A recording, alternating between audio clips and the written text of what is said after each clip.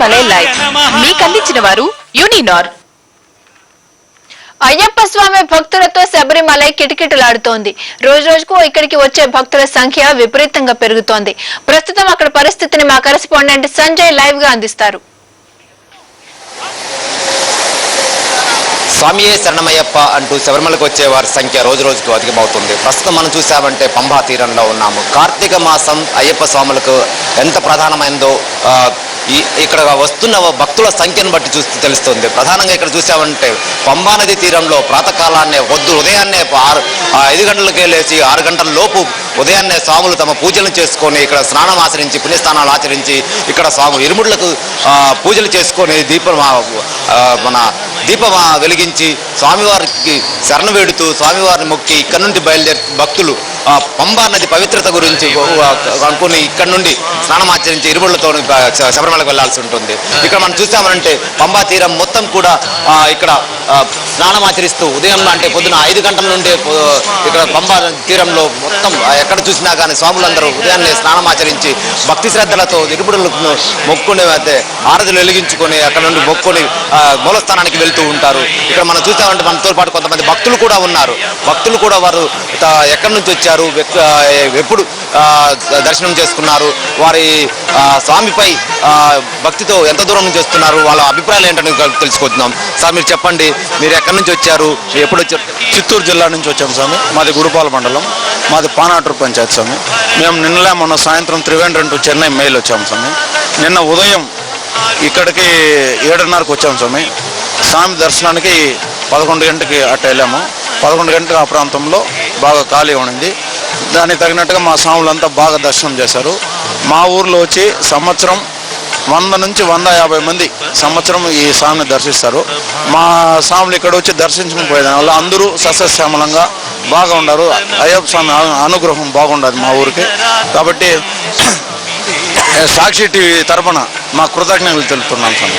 Okay, అదేవిధంగా ఇక్కడ మరికొంతమంది కూడా సివిల్ డ్రెస్లో కూడా మరికొంతమంది స్వాములు కూడా ఉన్నారు. ఇక్కడ వారు సివిల్ డ్రెస్లో కూడా అంటే మామూలుగా కూడా వచ్చి ఇరుముళ్ళు కాకుండా మామూలుగా కూడా వచ్చి దర్శనం చేసుకుని స్వామివారిని దర్శనం చేసుకోవడానికి ఇక్కడికి వచ్చి ఉన్నారు. వారిని అడిగి తెలుసుకుందాం. మేము సూర్యాపేట నుంచి వచ్చాము, నల్గొండ జిల్లా నుంచి. దర్శనం చేసుకున్నాము. ఎందుకని సివిల్ డ్రెస్ లో వచ్చేసి ఇరుముళ్ళతో రావాలి, ఎందుకని సివిల్ డ్రెస్ లో వచ్చాము? మేము వీలుపడక ఈసారి సివిల్ డ్రెస్ లో వచ్చాము. మేము ప్రతి సంవత్సరము స్వామివారి దర్శనం చేసుకుంటున్నాము. దానివల్ల మాకు అంతా సుఖ సంతోషాలతో చాలా హ్యాపీగా ఉన్నది.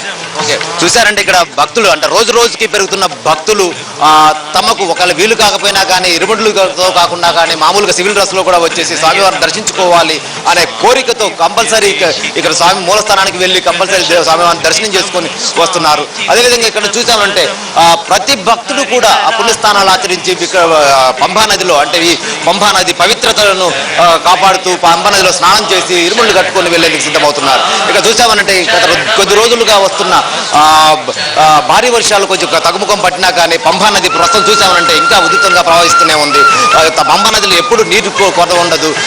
జ్యోతి సమయంలో కూడా పంబా నదిలో నీరు ఉండనే ఉంటుంది. అందుకు తగ్గట్లు ఏర్పాట్లు కూడా చేయడం ట్రావెన్కోర్ బోర్డు ఏర్పాట్లు కూడా చేయడం జరిగింది. ఎందుకంటే పక్కనే ఉన్న ఒక డ్యామ్ ఉంది. ఆ పంబా నదిలో స్నానం చేసేందుకు భక్తులు స్నానం చేసేందుకు తరచూ అంటే తక్కువ వాటర్ ఉన్న సమయంలో కూడా డ్యామ్ ద్వారా కొంచెం వాటర్ను వదిలి స్వాములు స్నానం చేసేందుకు నీటిని వదులుతూ ఉంటారు. అదే చూసామంటే ఉదయం నుండి సాయంత్రం వరకు అంటే ఉదయం 4 గంటల నుంచి రాత్రి 11 గంటల హరిరాసనం వరకు స్వామివారి దర్శనానికి వెళ్తున్న భక్తుల సంఖ్య రోజు రోజుకు అధికమవుతుంది. నిన్న కొంతమేరకు కొంచెం తగ్గుముఖం పట్టినా కానీ సాయంత్రం వరకు చూసుకుంటే 40,000 మంది భక్తులు దర్శనం చేసుకున్నారని చెప్పేసి ట్రావెన్కోర్ ఆలయ కమిటీ చెప్పడం జరిగింది. అదేవిధంగా స్వామివారికి ప్రత్యేకంగా నిన్న 12 దీపాలను వెలిగించి స్వామివారికి ప్రత్యేక పూజలు కూడా చేశామని ఆలయ కమిటీ చెప్పింది. ప్రస్తుతం మనం అంటే ప్రతిరోజు ఇక్కడ నుండి సాక్షి ద్వారా అందిస్తున్న ప్రత్యక్ష ప్రసారాలపై ఆలయ కమిటీ కూడా కృతజ్ఞతలు చెప్తుంది. అంతేకాకుండా ప్రతిరోజు ఆంధ్ర నుంచి అంటే తెలుగు భక్తుల కోసం కొన్ని సూచనలు చేసి అంటే పంబా నది పవిత్రతను అదేవిధంగా ఆరోగ్యాన్ని కాపాడుకోవాలి, ఇక్కడికి వస్తున్న మణికంఠలు అదేవిధంగా మాలికాపురంలో అంటే చిన్నపిల్లల విషయంలో కూడా జాగ్రత్తలు తీసుకోవాలి, అదేవిధంగా 50 60 ఏళ్ళ పైబడిన వారికి వస్తున్న వారికి కూడా తమ వెంట ఒక date of birth certificate compulsory తీసుకురావాలి. ఎందుకంటే ఆలయ ఆంక్షల మేరకు ఇక్కడ కంపల్సరీ ఆలయ నిబంధనల ప్రకారమే తాము ఆలయానికి దర్శనానికి అనుమతిస్తామని వాళ్ళు చెప్తున్నారు. తదనుగుణంగానే భక్తులు కూడా ఆంధ్రప్రదేశ్ నుంచి వస్తున్న తెలుగు భక్తులు కూడా ఆలయ ఆంక్షల ప్రకారం ఇక్కడికి వచ్చే భక్తులు కంపల్సరీ ఎరుములను నెత్తిన పెట్టుకొని వెళ్తున్న భక్తులందరూ కూడా ఆలయ పరిసర ప్రాంతాలను పరిశుభ్రంగా ఉంచండి. అదేవిధంగా ప్లాస్టిక్ని ఇక్కడ నిషేధించడమైంది.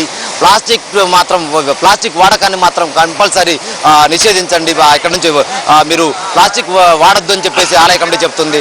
ఇక చూస్తే మనం ముగింపు విషయానికి వస్తే ఆటోమేటిక్ ఇక్కడ చూస్తామంటే ఆలయ కమిటీ కొద్ది రోజులుగా ఈ పంబా నది తీరాన్ని కూడా క్లీన్ అండ్ గ్రీన్ అంటే ఎప్పటికప్పుడు శుభ్రపరుస్తూ వాటర్లో వదులుతుంటే కొంతమంది భక్తులు ఏంటంటే చివరికి ఇక్కడ నుండి వెళ్తూ తమ కొన్ని అంగవస్త్రాలను కానీ మరొక ఏదైనా వస్తువులను కానీ ఇక్కడ వదులుతున్నారు. అయితే దీనివల్ల పంబా నదికి తీవ్ర నష్టం వాటిల్లే విధంగా అంటే పరిశుభ్రం చాలా నష్టం వాటిల్లే ఉంది.